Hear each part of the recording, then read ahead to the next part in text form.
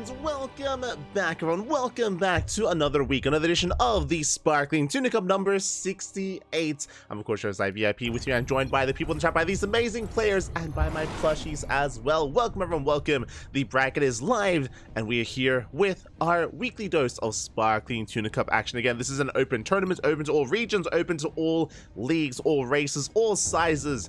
And we have our first matchup of the night. We are jumping into game number 1 here of this PvZ series. And spawning in the bottom right hand corner of Golden Aura, we have the Teal Protoss player. It is KogOtOk. KogOtOk?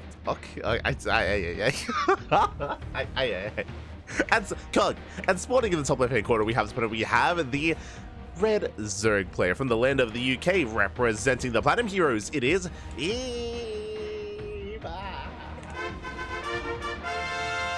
Let's go. We have our first series, we have our first matchup, and I'm ready. I'm excited, of course. Exclamation mark B if you want to have a look at the bracket yourselves. The bracket is live. The bracket has begun, and I do recommend it. There are plenty of good matches happening here in the first round. I was very torn when it came to jumping into one or the other. In the end, we did settle on the ZvP, and I'm unfamiliar with our Protoss player. And this might be a short series here because Eva is going for the proxy hatch. Let's go. If you're in the chat, you know what time it is. It is time to get your gamba going because predictions are open. Place your bets on who you think will take the series. Best of luck. Best of luck in the chat as the proxy hatch is underway. We do see that KogOtOk did go for a scout, did confirm the hatch pool opener, did get eyes on the hatchery timing, but no gases, which is a little bit suspect here. But this could just be a fast third base build from his opponent. Could be 15-15. Alas, the Protoss players in the dark as to what's going on. And again, because of the placement of the hatchery, it is hard to tell that there is a real, very, very real ninja hatchery across the map. Oh boy. So the Protoss player has still pieces all together. For now, it's going to be a gate expand into Cybercore, nose out first. Again, there's just no major sign here of aggression yet. I would still say that things are looking a little bit weird back at home. Alongside that, you can see here that Eva is holding onto that larva. He's holding onto the larva. There we go. We have our 6 links on the way. That is something that the Protoss player could have noticed as well. The fact that larva was not being spent, that would have been another big tell and a big sign. But alas, he's now turning back around, and there is an adept on the way. It is being chronoed, but there's still no major sign here that KogOtOk realizes that something is wrong. As the Lings, they will move out. The Lings are revealed. Adept likewise moves out across the map. Meanwhile, the hatchery is done. More Lings are on the way. It's going to be a slow Ling flood. Honestly, I haven't really seen this before. There's no gases, so no Bailey nests, no roaches, no nothing, just purely slow Lings. And here we go. We have a second gateway being thrown down. Shield battery now on the way. Now KogOtOk realizes something is wrong. Something is amiss. Something is not right. But alas, the Lings, they have arrived. Adepts are in position. 2 Adepts so far. Not bad. 2 Adepts, so the Queen has arrived as well to add some DPS. Second shield battery is on the way. And now KogOtOk realizes what's been going on. The Adepts are getting low. There's still only 2 Adepts. And the Lings, they will break in. They bust into the natural. They get us around here on the shield battery. Shield battery is denied. There's 1 more shield battery on the way. Lings, they can just engage. They're actually going for the pylon. They will depower. And the gateway is depowered. The secondary pylon on the way. Queen will zone away the Adepts while the Lings, they just focus on the gate itself. And it's going to fall. The pylon will finish, but the third unit will not. Yeah, the gateway goes down. No production, no units here to defend. I say that there are 2 Adepts, but only 2. Shield battery goes down. Oracle has right. Will focus on the Queen. Not bad. Queen does fall. Lings are under fire. Lings are trying to make their way into the main. Meanwhile, the second pylon goes down once again. And the Oracle, the problem here is that it's out of energy. The Oracle is now out of energy. The Oracle can't really add much DPS here to help support. And Eva, he can camp the low ground. He can shut down these Adepts and make sure that these gateways do not get repowered. Oof. Yeah, as he gets us around, there's 1 Adept left. There's 0 Adepts remaining. And these pylons should never finish. There is another Oracle that just arrived, but GG gets called. It's too much damage, and Eva will take game number 1. GG. That was A wild build. That was a hatch pool hatch build here out of Eba. One of the hatches, of course, proxied, and was a slow ling all in from our Zerg player. And again, it was quite difficult here for the Protoss to really get a feel for what was going on. If you recall, he did scatter across the map. He saw the hatchery was, relatively normally timed. So was the spawning pool as well. I mean, the spawning pool was slightly earlier, but there were no gases. It took a little bit too long for the Protoss player to kind of piece together what was happening and to realize how much danger he was in until it was too late. I mentioned before that one of the big tells was, of course, the fact that he was banking up resources, he was banking up lava specifically to go for the all-in. But alas, he wasn't one to quickly check for any kind of ninja base. Now I'm sure, though, he's going to be more on notice. Now I'm sure the Protoss player here is going to be ready, or I should say, more cautious as to what he was up to. So jumping into game number 2. Jumping into that second game. And spawning in the top left-hand corner of Oceanborn, we have our teal Protoss player. Down to the series, we'll see if he can bounce back. We'll see if he can force a series here and an ace match in our first round. It is KogOtOk. And spawning in the bottom right-hand corner, we have the red Zerg player from the land of the UK, representing the Platinum Heroes. It is Eba. Eba. Ay, ay, ay.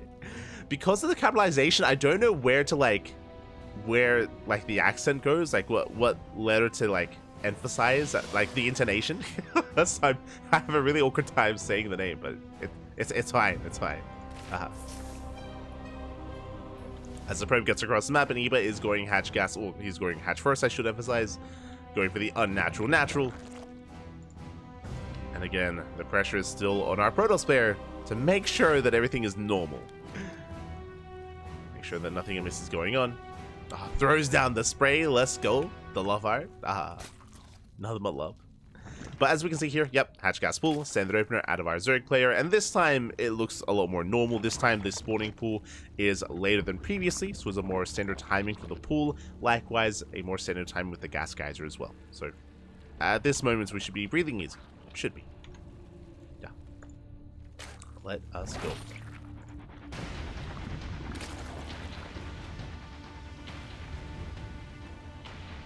As from here, we are going to be settling in and settling down.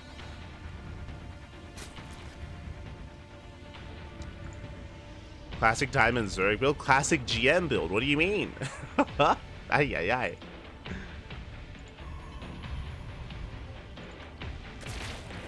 As again, I'm unfamiliar with our Protoss player here, but he is GM in the European region. So yeah, it's our first time casting him, of course. First time covering him. I'm ready for it. Ready to be introduced. Pylon gets thrown down behind the mineral line. A very suspect location for the pylon. As a result, we can go for hidden tech like a Twilight Council or a robo-based opener. We'll see what our Protoss player does embrace here with our initial tech structure.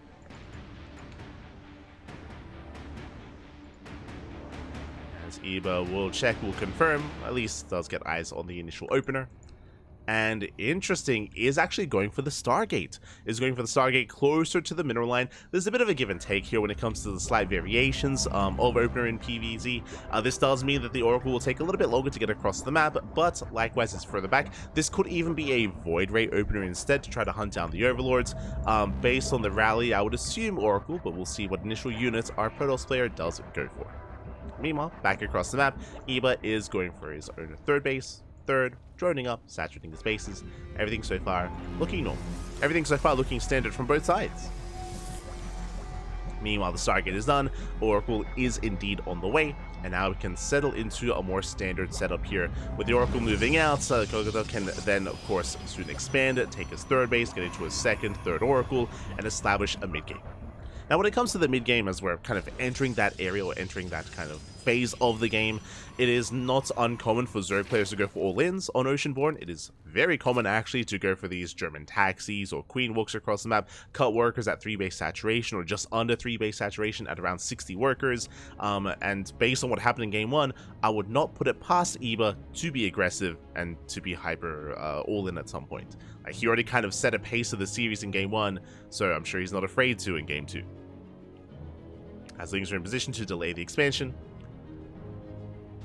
Last adepts are ready as well. Nexus has been thrown down, and across the map we do have our Oracle threatening the mineral lines as well.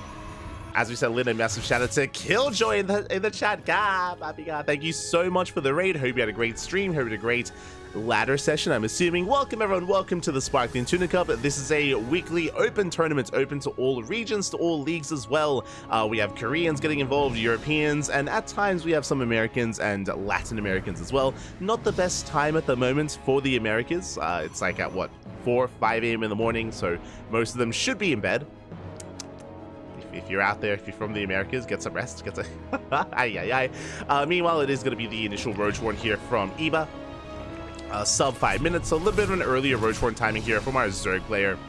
But again, exclamation mark B in the chat if you guys wish to have a look at the bracket yourselves. The bracket is live, and we are still here in the first round. Still the early stages of the tournament. But again, big shout out to Killjoy. Hope you had a good stream, Papi. Hope you had a good time. Gracias, gracias. Not in bed. Oh, no. Take care of yourselves. Take care. As it was a triple Oracle opener, diving on the first queen. Alas, there are more queens to support, and Eba will maintain his position. Meanwhile, when it comes to the take a choice, it is not going to be +1 and blink. We're going for +1 and charge instead. It's going to be charge Archon from the side of KogOtOk. Temple Archives has already been thrown down, and this can be a pretty brutal +1 timing here. Typically, you do want to be in the face of your opponents here. You want to be trying to hit that timing, skipping out on gases here at the third base as well. We'll see if that's the case, or we'll see if KogOtOk does decide to take up. That is double Robo. Never mind. Never mind here. 2 Robos going to be thrown down, so we're going for an Immortal charge slot. Immortal Archon-based composition with Mass Immortal. These 2 Robos did kind of throw me off, but it does mean that our Protoss player intends to turtle up. Intends to just stabilize here on 3 bases, build up as well. Storm is being researched. It's going to take a while for these Robos to really kick in, but they're on the way. They are on the way. Meanwhile, Eba does confirm, checking the vision here with these lings. Eba did get eyes on both Robos, so he is fully aware.